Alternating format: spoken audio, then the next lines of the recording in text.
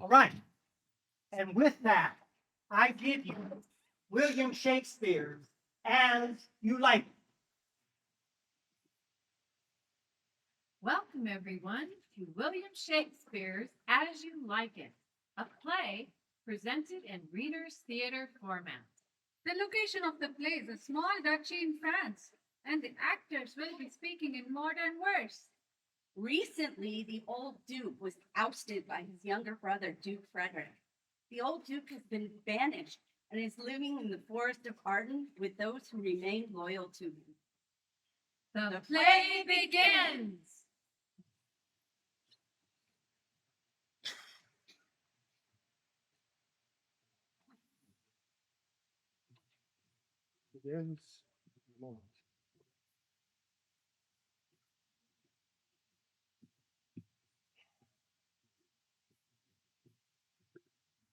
My father left me only 1,000 crowns in his will.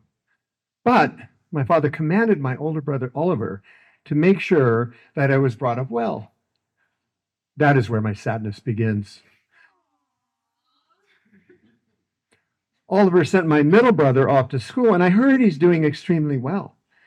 But he keeps me here stuck in the country, and he doesn't support me. He doesn't take care of me. I ask you, is this any way to treat a gentleman as nobly born as I am? To keep him penned up like an ox? Oliver treats his horses better than he treats me. At least he feeds them and he trains them.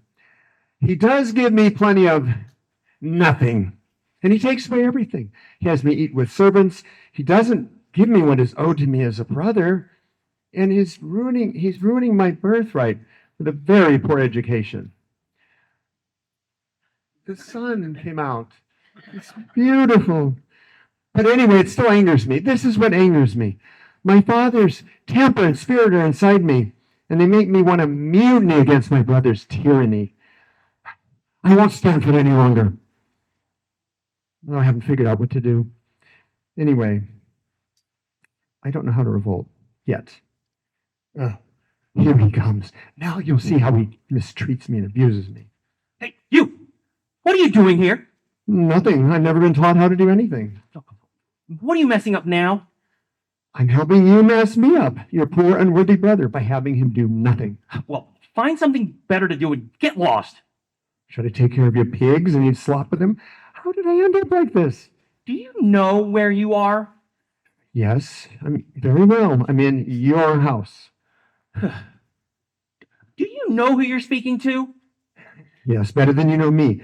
I know you're my oldest brother, and you deserve my respect.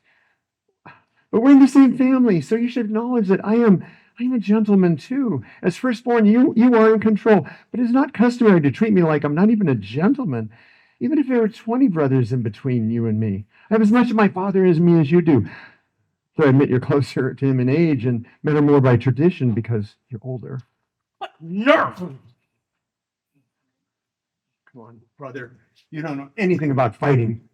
Dare to mock me? I'm no villain. I'm the youngest son of Sir Rosalind Dubois, and if you weren't my brother, I'd fight you until I pulled your tongue out for talking to me the way you do. Ugh, get away from me. Not until I'm ready. You'll listen to me. My father instructed you in his will to give me a good education, but you've raised me as a peasant, keeping me from what I need to become a gentleman. My father's spirit is growing in me. I won't take this anymore. Give me my freedom, or give me to act like someone of my true rank, or give me my share of the inheritance so I can seek fortune elsewhere. What are you going to do after you spend all your money? Beg? Well, I'm not going to be bothered by you. You'll get something, all right. Just leave me alone.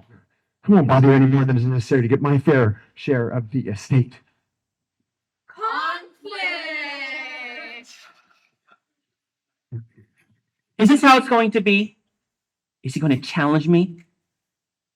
I'll cure him of his insolence, and I'm not going to give him a share of the estate either. Oh, there's no news but the old news at court. The old Duke Senior has been exiled by his younger brother, Frederick, the new Duke. A few loyal lords have also gone into exile with the old Duke Senior and given up their lands and money to Frederick. So Frederick's happy enough to have them leave. But has the old Duke's daughter, Rosalind, been banished? No. Duke Frederick's daughter, Celia, grew up with Rosalind and admires her cousin so much that she would have either followed Rosalind into exile or died of grief. Rosalind has stayed at court, where Duke Frederick appears to treat her like his own daughter. No two women have ever admired each other like they do. The good news is, tomorrow, there's going to be a championship wrestling match before Duke Frederick.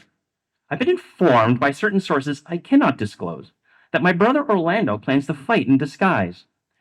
The wrestling champion will be fighting for his reputation, and any man who gets away without a broken bone or two would be an exceptional wrestler.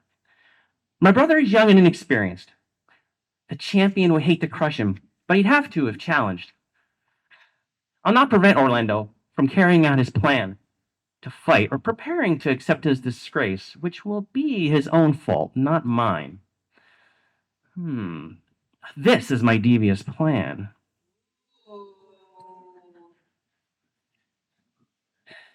Now, it's time to get this brother of mine all worked up, and I hope I'll see the end of him soon.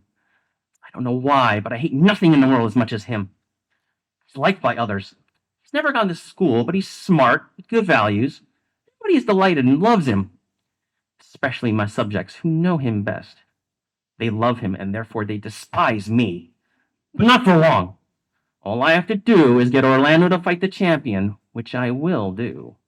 And the champion will do the rest for me. Which brother will succeed? Which will survive? Come on, Two Bro. ladies of the court approach. Come on, Rosalind. Lighten up and be happy. Celia, I already look happier than I really am, but you want me to look even happier. Well, unless you can show me how to forget that my father has been banished, you shouldn't try to force me to be happier. Well, I can see that you don't admire me as much as I admire you. Because if your father had banished my father, I could have learned to admire your father as long as you were there. You would do the same for me if you really admired me as much as I admire you. Okay.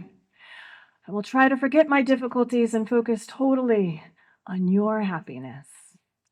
You know I am my father's only child. I will make sure when he dies that you inherit some of his fortune based on what he took from your father. I promise. If I ever break my promise, let me turn into an ugly monster. So be happy.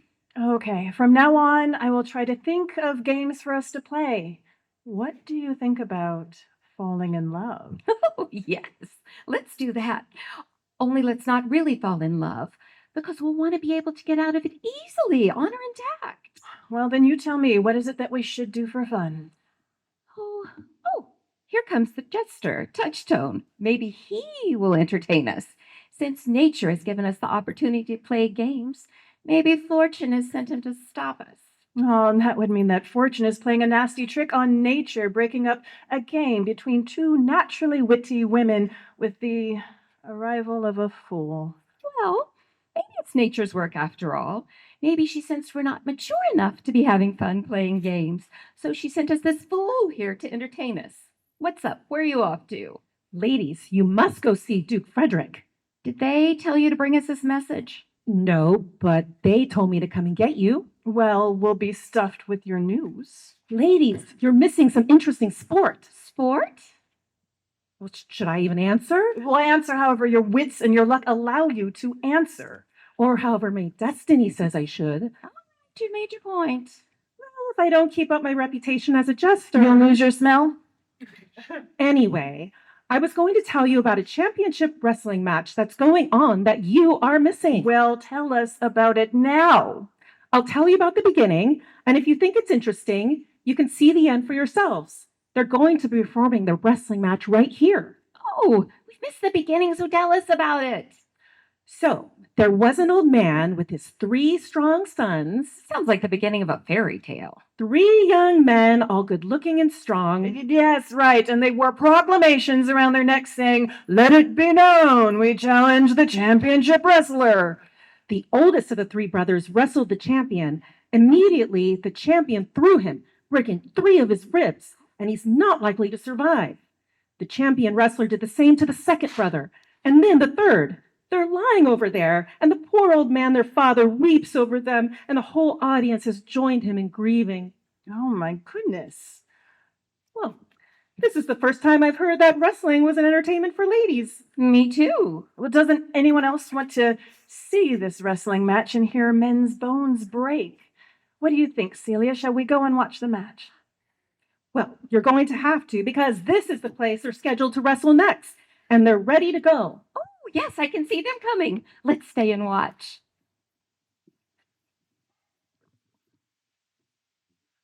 Since this young man won't be reasoned with, he has to suffer for his stubbornness.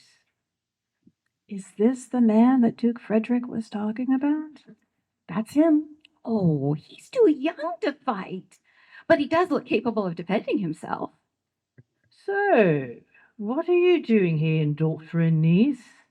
Have you snuck here to watch some championship wrestling? Yes, Uncle, with your permission. You know what? You won't enjoy it anyway, and I can tell you that the odds are against this young man.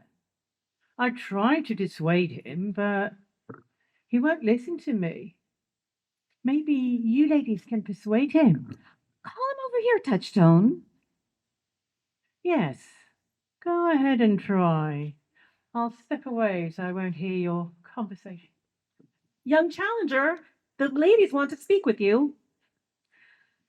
I'll speak to them with the utmost respect. Young man, have you challenged the championship wrestler? No, lovely lady. I have only come, like all other men, to try to fight against him with the strength of my youth. Young man, you are being too aggressive for a man of your age. You have seen the proof of the champion wrestler's strength. If you took a good look at yourself, and if you thought more clearly, your caution would prescribe you not to give up this fight.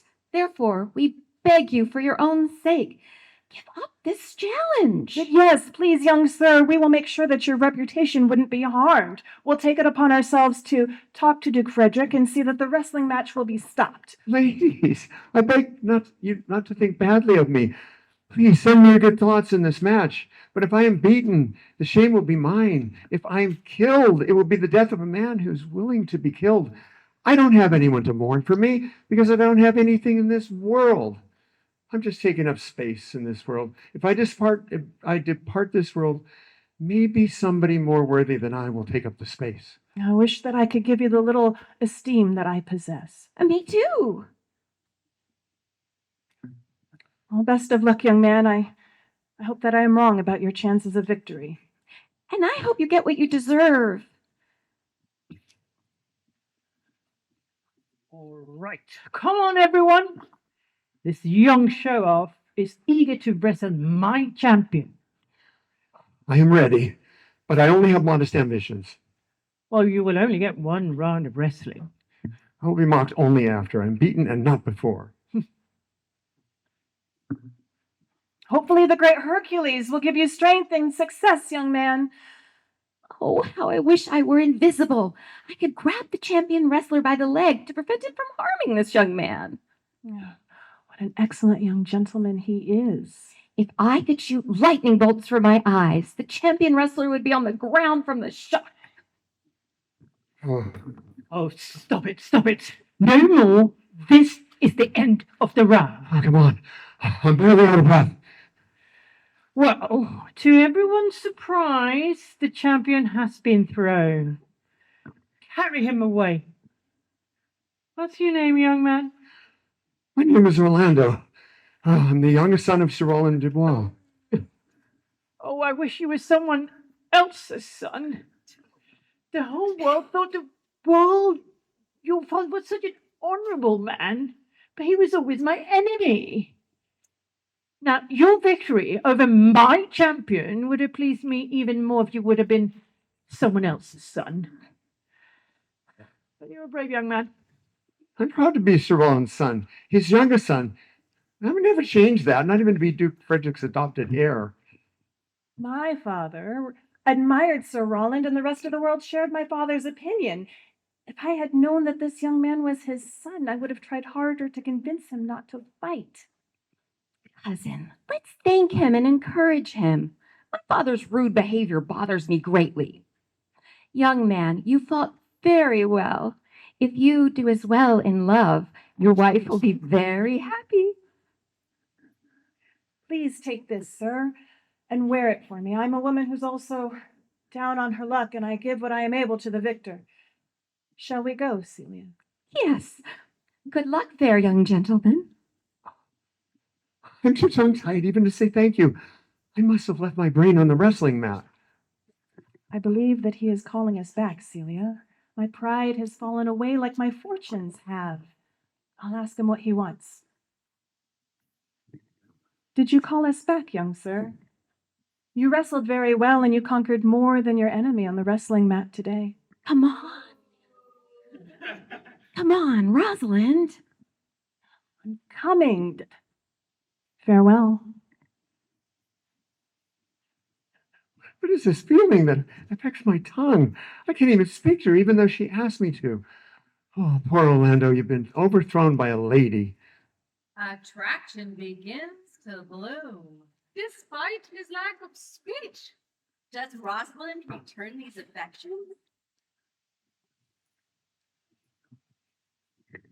Young sir, as a friend, I advise you to leave here. Although you deserve praise, applause, and even love as we are speaking, Duke Frederick has misinterpreted everything you've done. Duke Frederick is very temperamental, and I'm sure you can imagine what I'm talking about without me spelling it out to you. Thank you, yes. But wait, please tell me something. Which of those two ladies watching the wrestling match was the Duke's daughter? While they're both very similar, the shorter one is his daughter Celia. The other is the daughter of the banished old senior Duke, Rosalind. Duke Frederick keeps her for his daughter's sake. The adoration between those two women is stronger than the bond between sisters. However, I will tell you that lately Duke Frederick has been very displeased with Rosalind, and for no apparent reason. I swear one of these days he will erupt toward Rosalind. Goodbye, young sir. In a better world, I'd like to get to know you. And I am indebted to you. Goodbye. Huh. Out of the frying pan and into the fire, as they say, from a tyrannical duke to a tyrannical brother. But now my thoughts are with the heavenly Rosalind. It's confirmed. Love is in the air. What's going on, Rosalind? Why are you so quiet? I have no words to speak. Oh, but your words are too precious to be wasted. Come on, talk to me. Well, then there'd be two ladies sick in bed, one hurt by reason and the other one crazy without any reason. Is this about your father? No, some of this is about my future child's father. Oh, forget it. The world is full of thorns. They're only thorns. Behave like normal. We won't get thorns caught in our skirts. That kind of thorn I could easily shake off, but these thorns are in my heart. Well, cough them out. I tried. If I could cough hard enough and still have him. Come on, Rosalind, control your feelings. But my feelings are focused on someone other than myself. Oh, that's interesting. You'll fight with him eventually. Is it possible that you could have fallen in love with Orlando, Sir Roland's youngest son, this quickly? The old senior duke. My father really admired his father. Well, does that mean that you should love the son? By that kind of logic, I should hate Orlando. My father hated Orlando. But I don't hate Orlando. No, Celia, please don't hate him for my sake. Why shouldn't I dislike him? Doesn't he deserve it? Just let me love him because he deserves it, and you can admire him because I do. Oh, look, here comes your father. Oh, he looks angry. Madam, hurry as fast as you can and get out of my court. Uncle, are you speaking to me? Yes, I am. In 10 days, if I find you within 20 miles, you are dead. Well, please tell me what crime I've committed. I know my thoughts and my desires, and I am not dreaming, nor am I crazy. I have never even had a small thought that could have possibly offended you. Oh, posh. All traitors protest like this. But your mistrust by itself cannot make me a traitor. What do you suspect me of? I don't trust you. Enough said, and you are your father's daughter. I That will- is enough. I was my father's daughter when you took my father's kingdom. I was his daughter when you banished him. Treason is not inherited, and even if it was heritable, what does that have to do with me? My father was not a traitor. So, Duke Frederick, don't assume that I am treacherous just because you've made me poor and taken my titles. Father, listen to me. Celia, we kept Rosalind here for your sake. Otherwise, she would have been banished with her father. When that happened, I didn't beg you to keep her here. You wanted her here because you felt guilty. I was too young to appreciate Rosalind's true value, but now I know her very well, and if she's a traitor, then so am I. We have shared rooms, woken up together, learned, played, and eaten together. Wherever we went together. My poor child, Rosalind is too devious for you. Her smoothness, her silence, her patient suffering to appeal to the people. They pity her. She's robbing you of the attention that you deserve. She will seem even brighter and more virtuous to the people when she's gone. The sentence that I have issued for Rosalind is firm and unchangeable. She is banished. Then give that same sentence to me too, Father. I cannot live without You're her. being foolish. As for you, Rosalind, prepare to leave. On my word of honor, if you stay longer than 10 days, you will die.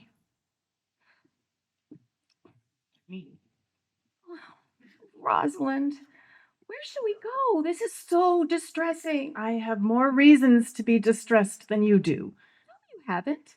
Don't you realize that my father has also banished me, his own daughter? No, he hasn't. He hasn't.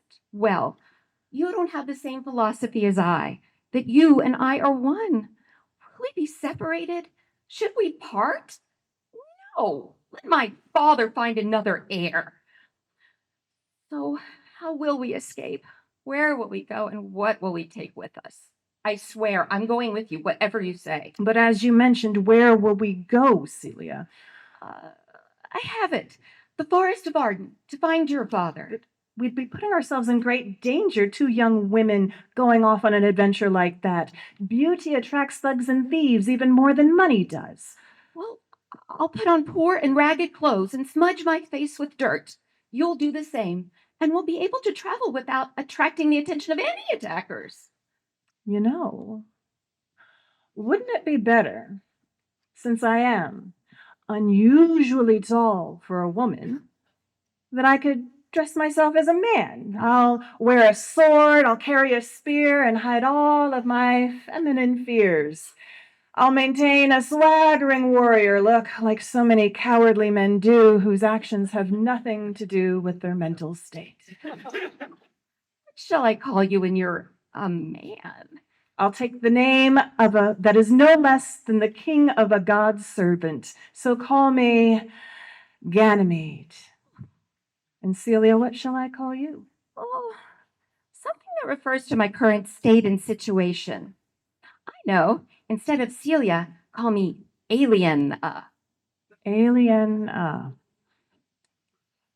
right. Well, why don't we also bring that foolish clown Touchstone? Wouldn't he help us in our travels, and he could entertain us? Oh, yes, he'd do anything for me. Leave it to me to convince him. Now, let's go gather our jewels and money, and we'll figure out the best time and the safest route to avoid being caught by my father's guards.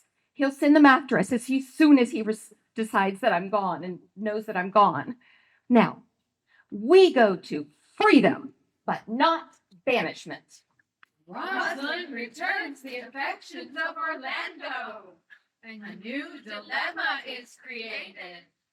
The ladies have a plan.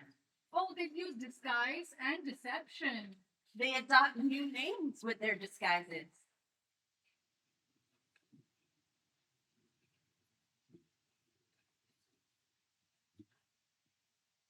I am the old senior Duke, and here in the Forest of Arden I reside in exile.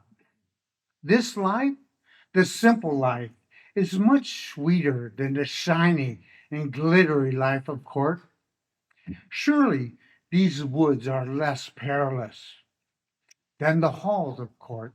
I found jealousies and intrigues galore back in court, but here we feel the changing of the seasons, and those jealousies and intrigues do not bother us. When the icy wind blows, even though I may be shivering from the cold, I actually appreciate the honesty of the weather. I even smile and think to myself, thank goodness the wind does not flatter me, like a court counselor or ambassador who makes me feel they're only interested in swaying my decisions in their favor. Adversity can have its benefits.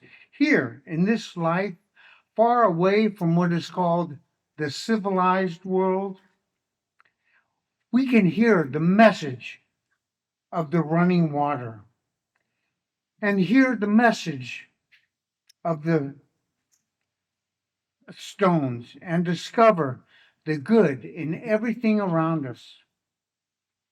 I wouldn't change my situation for anything. In fact, I think I'm lucky to be able to see the peace and harmony, even when bad luck is brought upon me. Yay! Bravo! Hooray!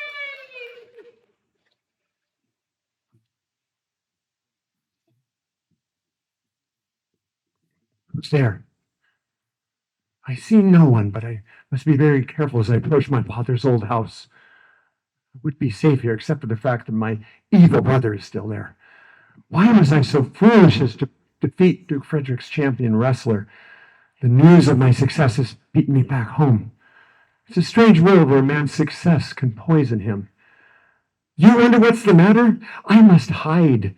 In this house lives a man who despises all that is good in me. Oliver, my brother, has heard about how well I did in the wrestling match, and tonight he's planning on burning down this house with me in it. A faithful servant overheard him making plans and implored me to not enter this house, to fear this house, to leave this house. My faithful servant gave me 500 gold coins, which he saved carefully while serving my father. Rather than use it for his own comfort, he's given me the money and has pledged to follow me and be my faithful servant in honor of my father. I know he may be old, but he is healthy and strong because in his youth he did not drink and live recklessly. He will be a good example of work ethic for me to emulate. We will go together. By the time before we have spent all his fortune, we will find a way to make a living. That is my commitment.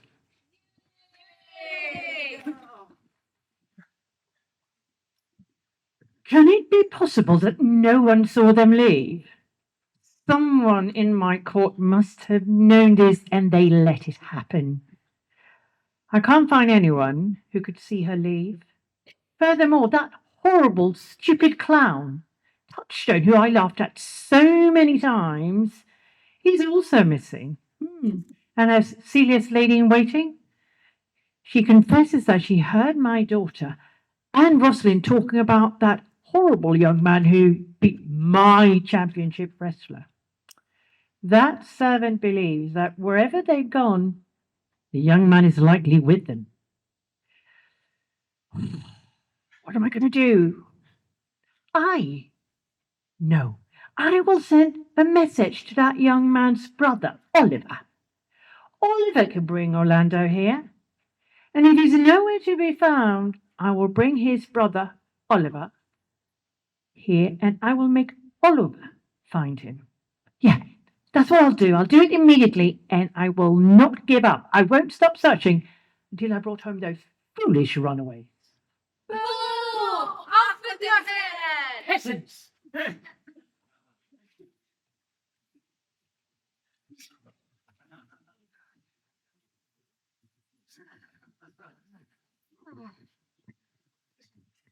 I'm tired.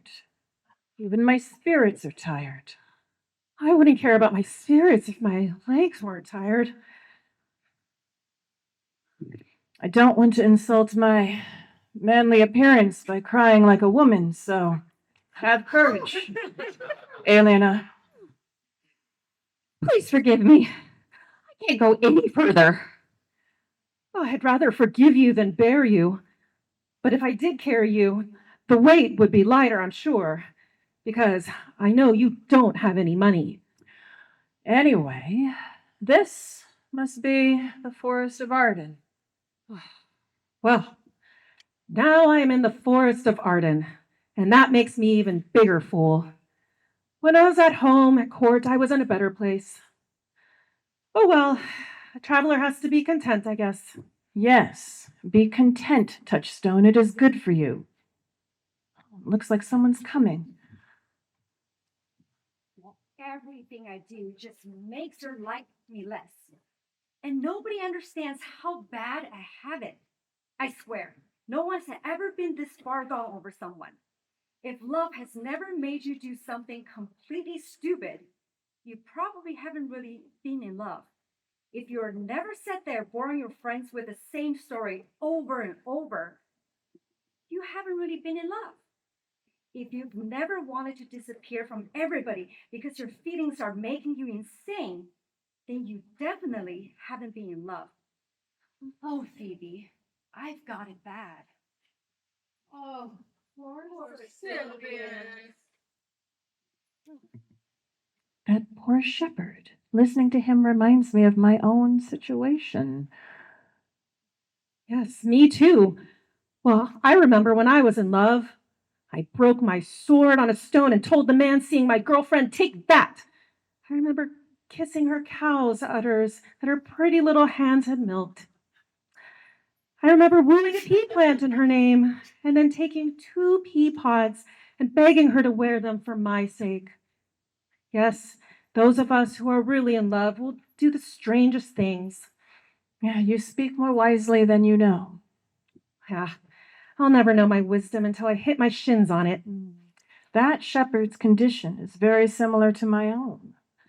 Well, like mine too. But I'm getting a little tired of it.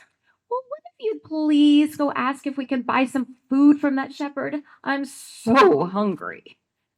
Hey, you, clown! Shut up, you fool. He's not related to you. Who's calling me? Your superiors.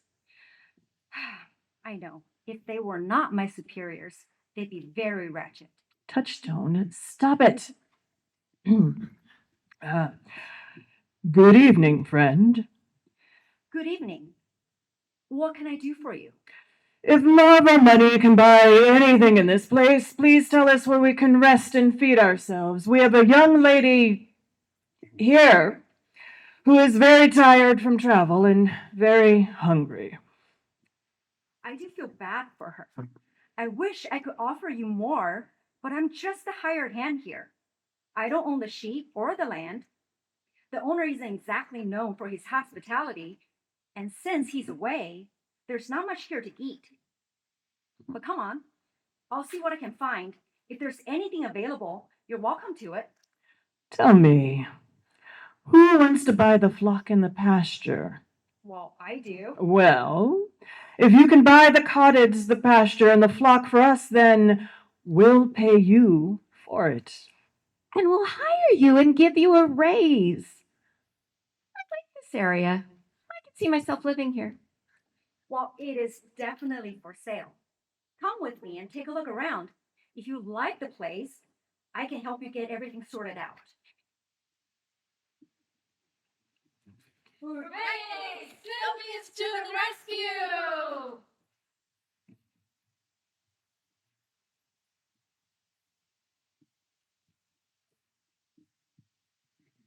We are exhausted. And my poor old servant Adam, who has given his life savings and followed me into the Forest of Arden, he cannot go on. He's literally dying of hunger. I told him to stay and lay beneath the big old oak tree and rest and stay alive till I return, knowing I would return soon. And I left him there with hope in my heart. Loyal and true Orlando supports his own servant.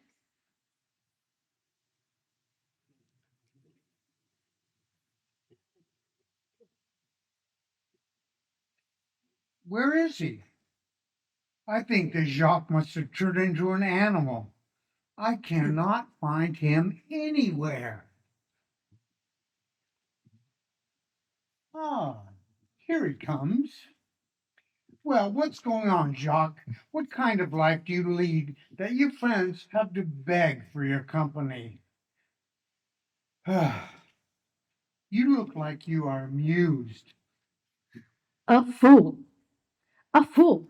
I met a fool named Touchstone in the forest, wearing his colorful hat. As sure as I eat to stay alive, I met a fool who was lying in the sun and complaining about his fortune. He spoke intelligently, even though he's a fool. Good morning, fool, I said. No, don't call me a fool until heaven has sent my good fortune, he said. Then he pulled out a watch from his bag and, looking at it seriously, said, It's 10 o'clock. This way we can see how the world revolves. An hour ago it was 9, and in another hour it will be 11. And so from hour to hour we age, and from hour to hour we change. When I heard the fool philosophizing on the subject of time, I started shouting out loud. Hearing the fool speaking so intelligently made me laugh uncontrollably. He was a noble fool. He was a worthy fool. Who is this guy? He says he's been at court, and he says if ladies are young and pretty, they always know it. His head is jammed with all sorts of unusual observations that he presents in a mangled way. I wish I were a fool and had one of those colorful hats. Then you shall have one. That is all I ask, as long as you promise not to think of me as wise. Like the wind, I must have the freedom to blast anyone I wish, as do fools. And whoever is the most aggravated by my actions has to laugh the hardest. They would be stupid if they didn't pretend not to be upset by my jokes. Otherwise, they would be admitting I was talking about them. Oh, the heck with you. I know just what you would do. What would I do? You'd be committing a wicked sin by teasing other people for sinning. You yourself have been a terrible sinner with all your love interests. If I cry out against pride in general, how can anyone say I'm accusing a particular person of pride? Isn't pride a problem as vast as the sea?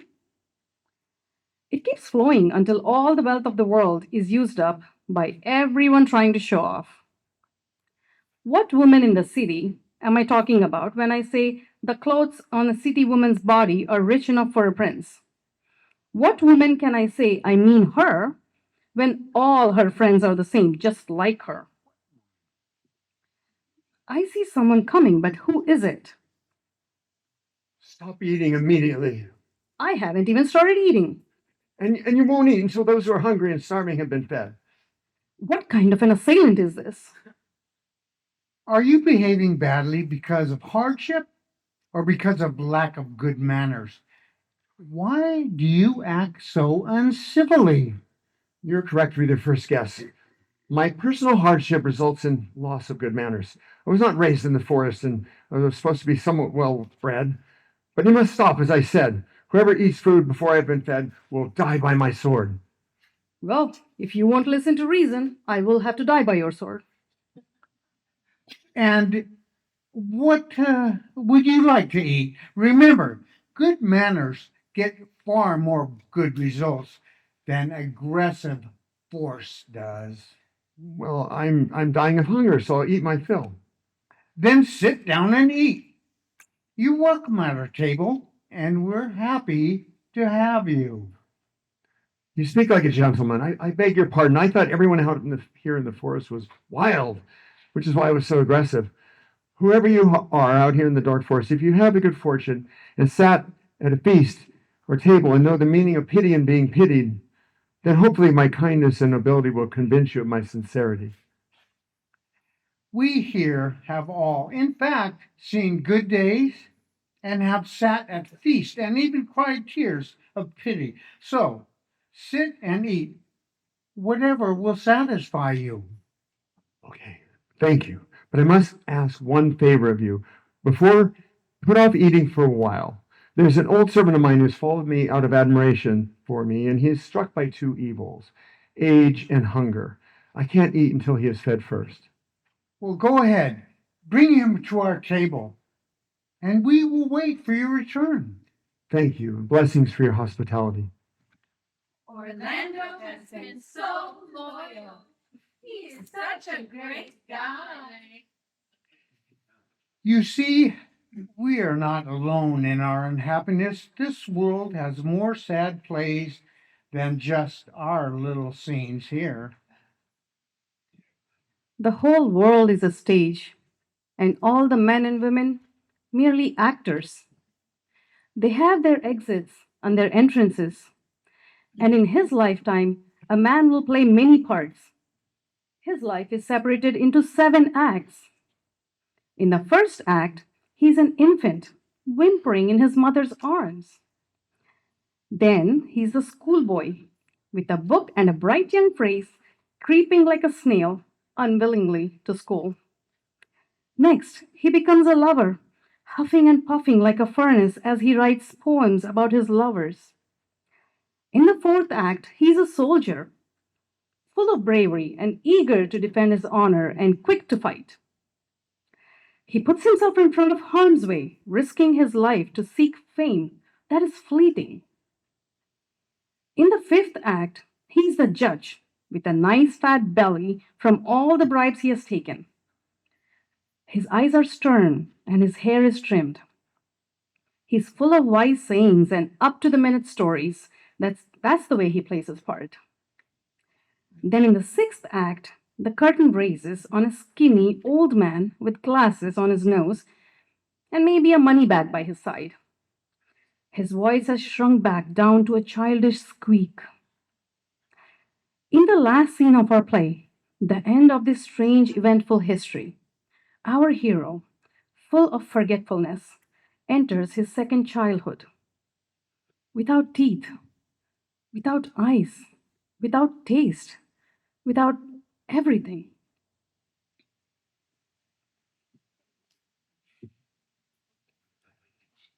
What do you think about that? Ah, welcome back. You brought your honorable old servant, and he is eating happily for his own health. And I thank you on his behalf. Now, you can also eat for your own health too. I will not bother you any more with questions about your situation until you are feeling better.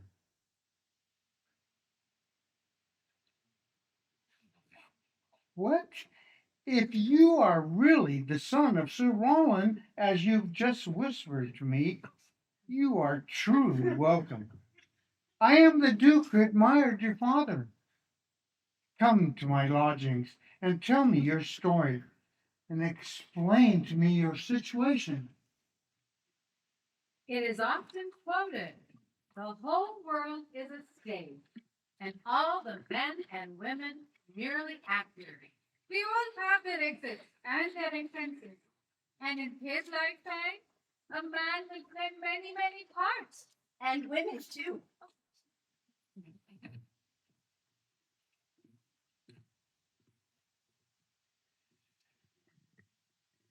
You still haven't seen him?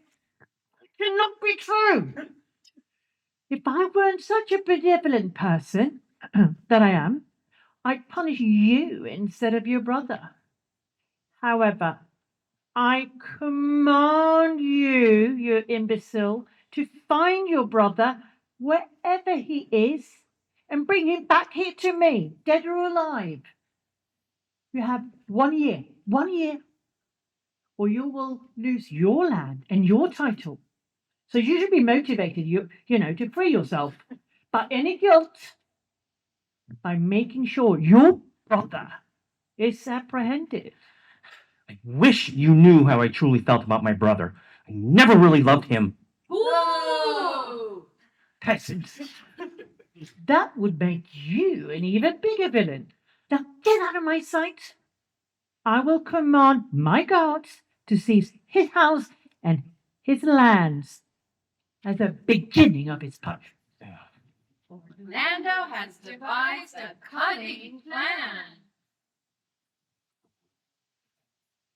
The lines of poetry written on this paper will be tacked onto trees, bearing witness to my love. The trees will be my books. I'll write my thoughts, and that way everyone who passes through the forest will learn of my feelings through reading my poems. Rosalind, everyone who passes through the forest will find your virtues on every tree. I will praise your beauty, your virtue, and your exceptionalism. Yay!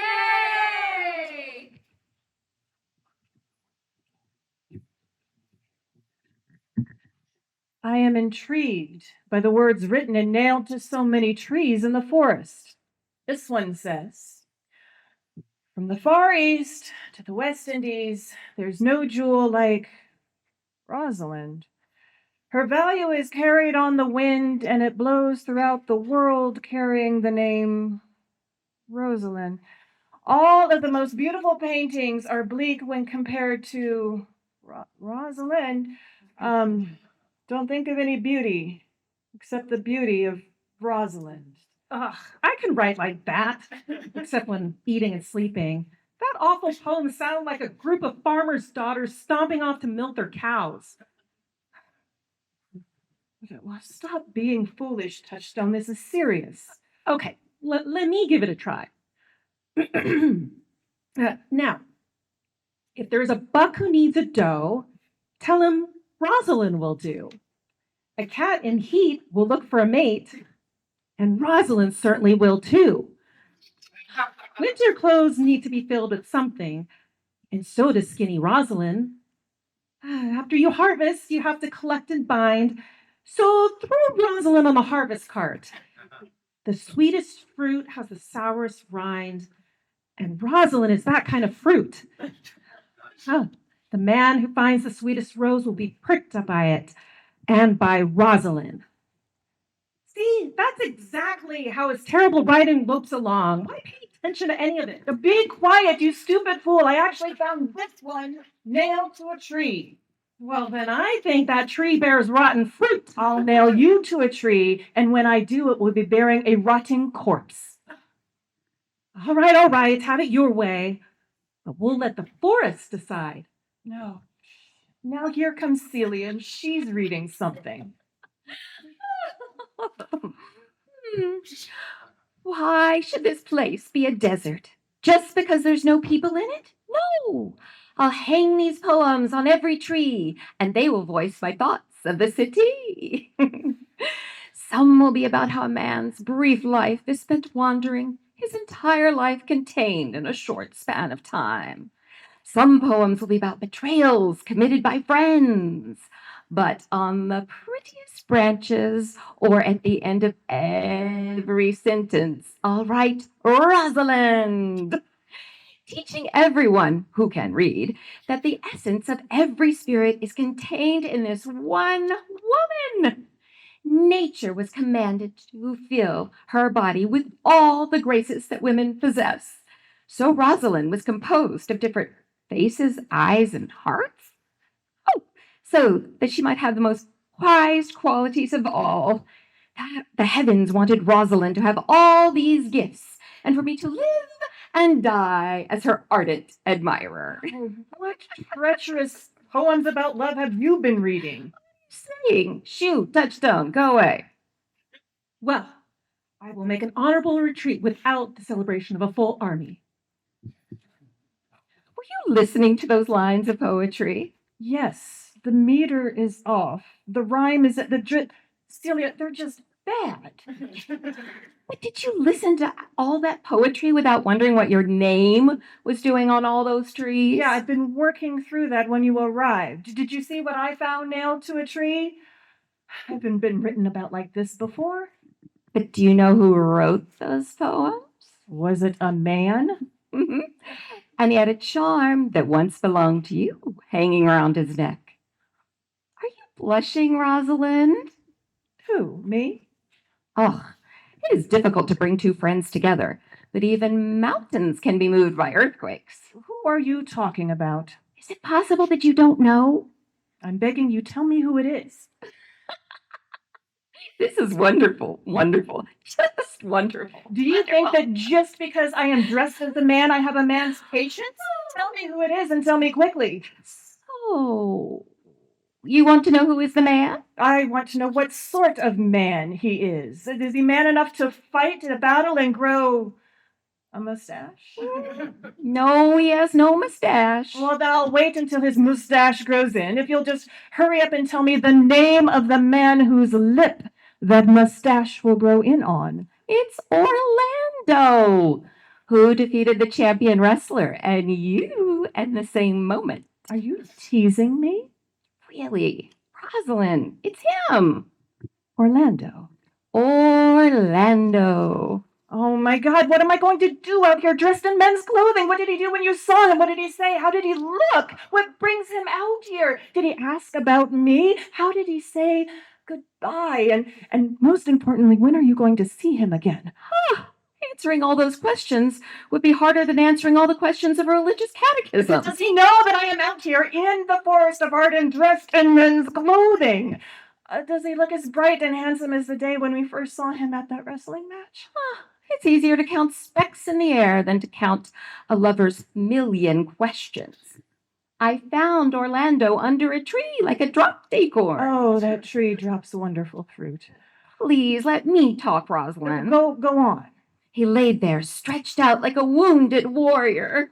Oh, that must have been a beautiful sight. The ground would have looked wonderful. Hold your tongue. It's leaping like a frisky horse. He was dressed like a hunter. Oh, that is ominous. I'd like to tell the story. You're making me lose track. Don't you know that I am a woman? Whatever I think I have to say. Please go on, Celia. Well, now I've lost my train of thought. Isn't that him heading this way? Oh, that is him. Let's go hide and we'll watch him from afar. Orlando's plan seems to be working. Thanks for walking with me, but I would really have preferred being alone. Me too. But good manners dictate I accompany you, and I say thank you for your company. Goodbye. Let's meet as little as possible. I also hope we'll be strangers. Ruining any more trees by nailing your love poems to them? You know, you really don't improve my poems by reading them so badly. The woman you love, her name is Rosalind? Yes. I don't like that name. Well, I guess they weren't looking to please you when they named her. How tall is she? She is as tall as my heart. You're full of romantic answers. No, but I can answer your questions just like the silly questions you ask. You're quick. Let's sit down. We can complain about the world and all our miseries. You know, I wouldn't blame anyone for my misery but myself, and I am familiar with all my faults. Your worst fault is being in love. It's a fault I wouldn't trade for your best virtue. I'm getting tired of you. Well, I was looking for a fool when I found you, so I shouldn't be surprised. The fool is drowned in the brook. Look in the water, and you'll see him reflected. I would see only myself. Who is a fool? I'm not going to waste any more time with you. Goodbye, Mr. Love. Goodbye to you, Mr. Depression. How will Rosalind respond again? I am going to go talk to him as a young man so I can play a trick on him. Can you hear me? I can hear you very well. What do you want? What time is it? Why would you ask me the time of day?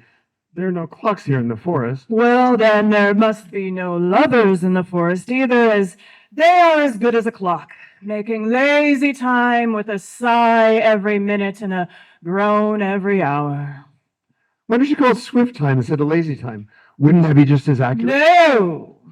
Time travels at a different speed for different people. I can even tell you who time strolls for, who it gallops for, and for whom it stands still. Okay, who? It trots for a young woman between the time she gets engaged and the time she gets married. That time may only be a week, but it always feels like years. And who does time stroll for? Time strolls for a priest who doesn't know his Latin, or for a rich man recently cured of gout. The priest sleeps well because he isn't up all night studying, and the rich man lives well because he is free of pain. The priest lacks the burden of exhaustive study, and the rich man is spared the burden of exhausting pain. Time strolls for each of them. Okay, for whom does time gallop? It gallops for a thief on his way to the gallows. Such a man walks as slowly as he can, but yet he gets there quickly. And for whom does time stand still? Time stands still for lawyers on vacation because they sleep their holidays away with no sense of time. Where do you live, young man? With this young lady, my sister, on the edge of the forest. Where were you born? Like everyone who lives where I was born. You know, your speech is refined more than I would expect from someone in a remote place like this. Yes, yes. People have told me that. I had an old religious uncle who taught me how to speak, and he had been brought up in the city. He knew about courtship because he fell in love there, and when he came here, he constantly lectured against it. Thankfully, I am not a woman, and I am not affected with all of the troubles of that sex. Well, what are the main evils your religious uncle claimed women were guilty? There are no main ones. All of women's faults are alike. Each seems horrible until you're presented with the next one, which is equally as bad. Well, tell me of some of those faults. No, I won't give anything away except to the one who suffers from the illness. There is a man in this forest who abuses the trees, writing poems about Rosalind and nailing them to them. Each of those poems praises Rosalind, and if I can find this man, this dreamer, I would give him some advice because surely he is love sick. I am that man. Tell me your cure. Oh, you don't have any of the qualities my uncle told me about. He taught me to recognize a man in love, and you are not a prisoner of love. I am sure of it. And what did he say were the symptoms? A thin face, which you don't have. Sleepless, sunken eyes, which you don't have. The cynical and irritable temper, which you don't have. An unkept mustache, which you don't have. And plus, everything about him is just careless and misery. You are no such man. You are well groomed. You look like you love yourself more than you could ever love someone else. Young man, I wish I could convince you that I am in love. Make me believe that you're in love. You may as well make the one you're in love with believe it, as she is more likely to do than admit. You know, that's one of the ways that women fool themselves. Are you really the one who's been hanging poems on the trees that speak so lovingly of Rosalind? I swear by Rosalind's beauty, I am that unfortunate man. Are you really as much in love with her as those poems declare? Neither rhyme nor reason can express how much I love her. Love is just a form of insanity, and lovers deserve the asylum just like any mentally ill people do. The only reason they don't get punished is because the disease is so common that even the asylum nurses are afflicted with it. However, I know that the sickness can be cured. Have you ever cured anyone of it? Yes. One. This is how I did it. I had him imagine I was the girl he was in love with. I made him romance me every day. Being the changeable man that I am, I'd sulk about, act feminine, switch moods long for him, like him, be proud and standoffish, be dreamy and unpredictable, full of tears, then smiles, be passionate, then not. I'd like him 1 minute and then the next spit on him until I finally drove love out and anger in. He abandoned the world and ran off to a monastery. So I cured him, and I'll cure you too, leaving you without one spot of love inside you. I don't think I want to be cured. I could cure you if you just called me Rosalind and came by my cottage every day to romance me. Okay, due to my faith and love, I will, just to disprove your theory. Tell me again, where do you live? Come, and I'll show you, and along the way you can tell me where you live. Will you accompany us? I will wholeheartedly, young man. No! You have to call me Rosalind. Come on. Rosalind also has a plan.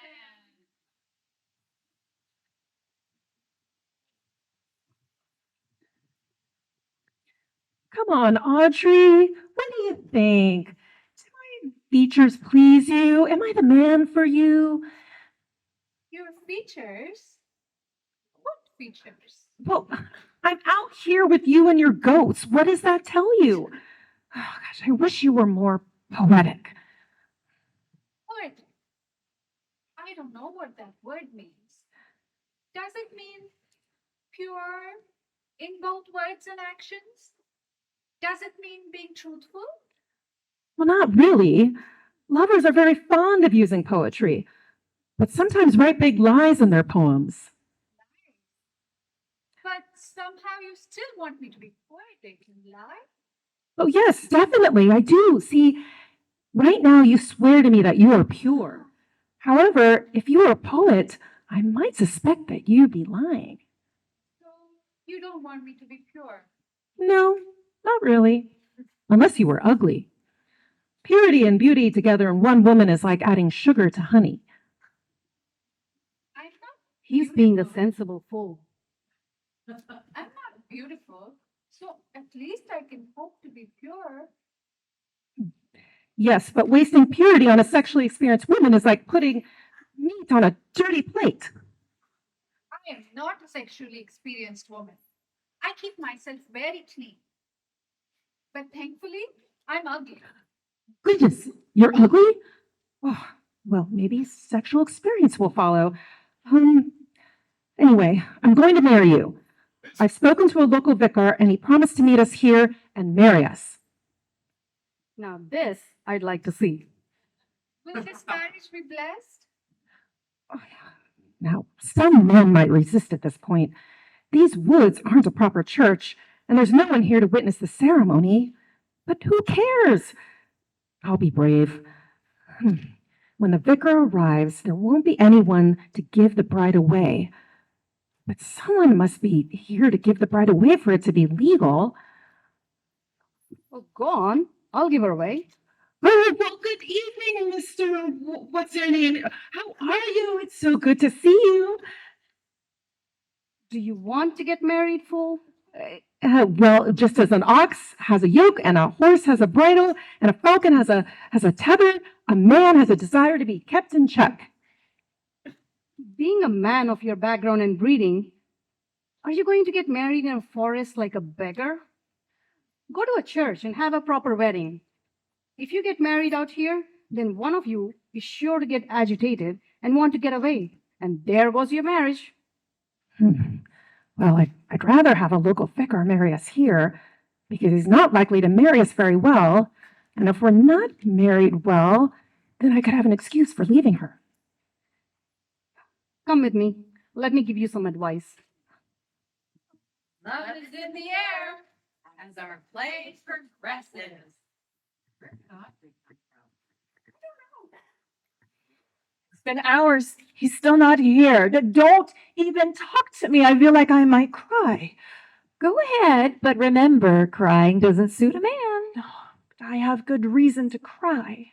As good as reason as any, I guess. So go ahead, cry. His hair is even red, the same as that lying disciple Judas. No, it's a shade more brown.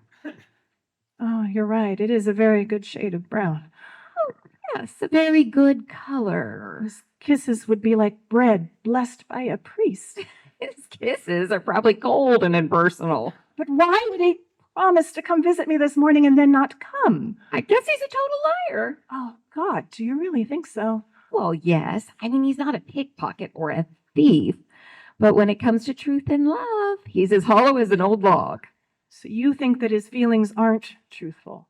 Oh, I think they are true when he's in love, but he's not in love. But you heard him swear up and down that he was in love. But that doesn't mean he is anymore.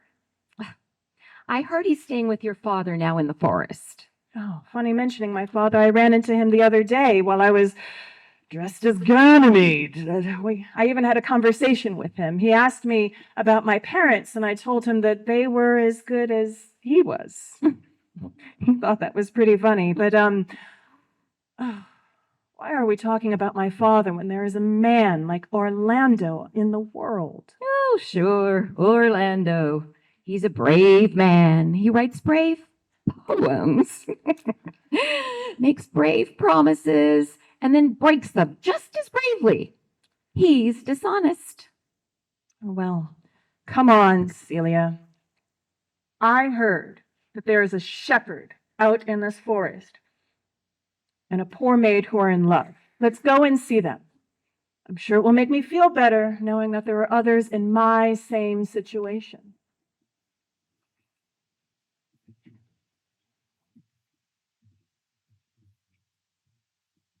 Phoebe, come on.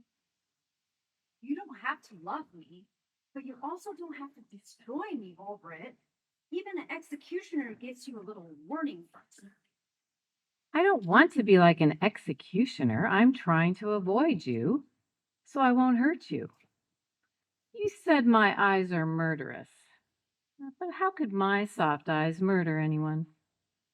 I'm frowning at you with all my might, and if my eyes could murder, then you would fall down. So I think you're lying about my eyes being murderous. I'm looking at you intensely, and it hasn't even left a mark on you. Now I'm sure eyes can't hurt another person. Phoebe, trust me. If you ever fall this hard for someone, you'll get it. It hurts even when there's nothing there to see. Until then, don't come near me. When that time does come, then you can tease me, but don't pity me because I won't pity you. Please answer me. Is your mother a goddess that you would insult this man and lord over him the injury you've caused at the same time? You're not beautiful, so why do you act so proud?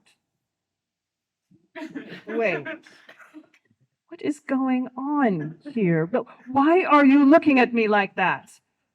Oh, I am sorry. I don't see anything here other than what nature created. The goodness. I think she means to fall in love with me. No! Proud woman, don't even hope for that. You, foolish shepherd, why are you following her, crying tears and puffing air? You are 1,000 times better than she is. It is not her mirror that says that she is beautiful, but instead you who keep insisting upon it. Young lady, get down on your knees and thank God that he has sent you a man that thinks that you are beautiful. I am telling you, as a friend, I am telling you, you are not going to have any more chances. Ask that man's forgiveness, love that man, and accept his offer of marriage. Sweet young man, I'd rather hear you scold me than this man romance me. He has fallen in love with your ugliness. I think she's falling in love with my anger. If I am correct, whenever she answers you with a frown, I'll rebuke her with strong words. What? Don't look at me like that.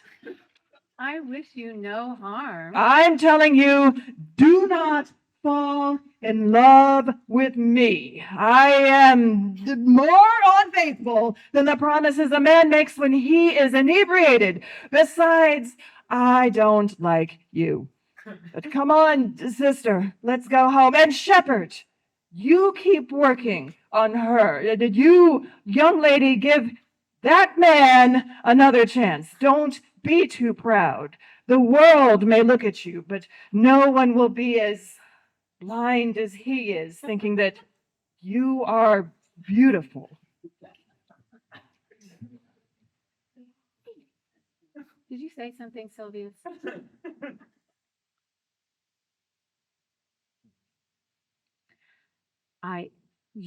Now I understand what you meant when you said you've never loved until you've fallen in love at first sight.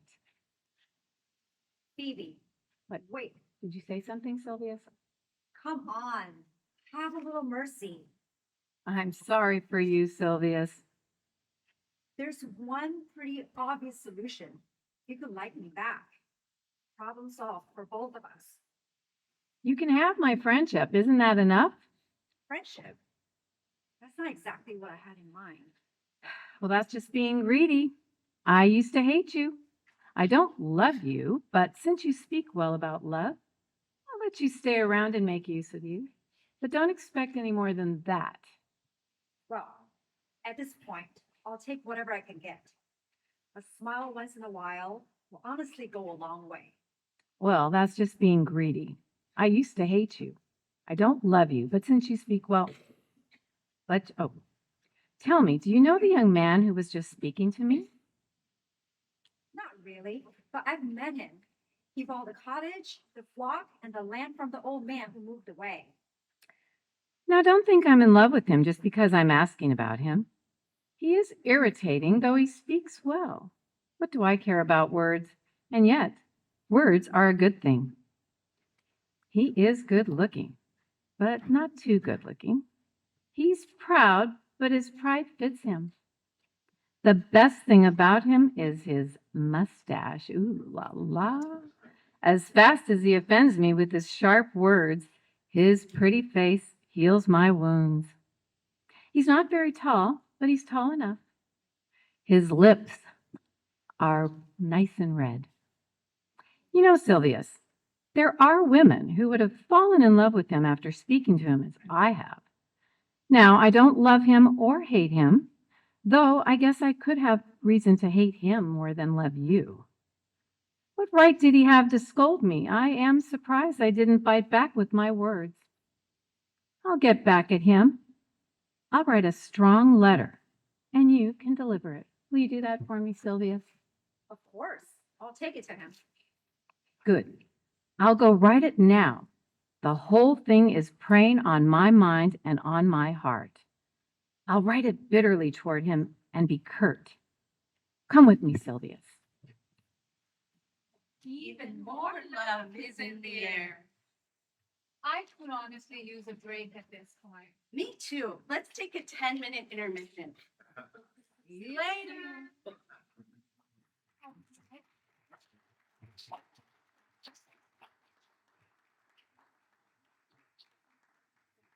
Complicated.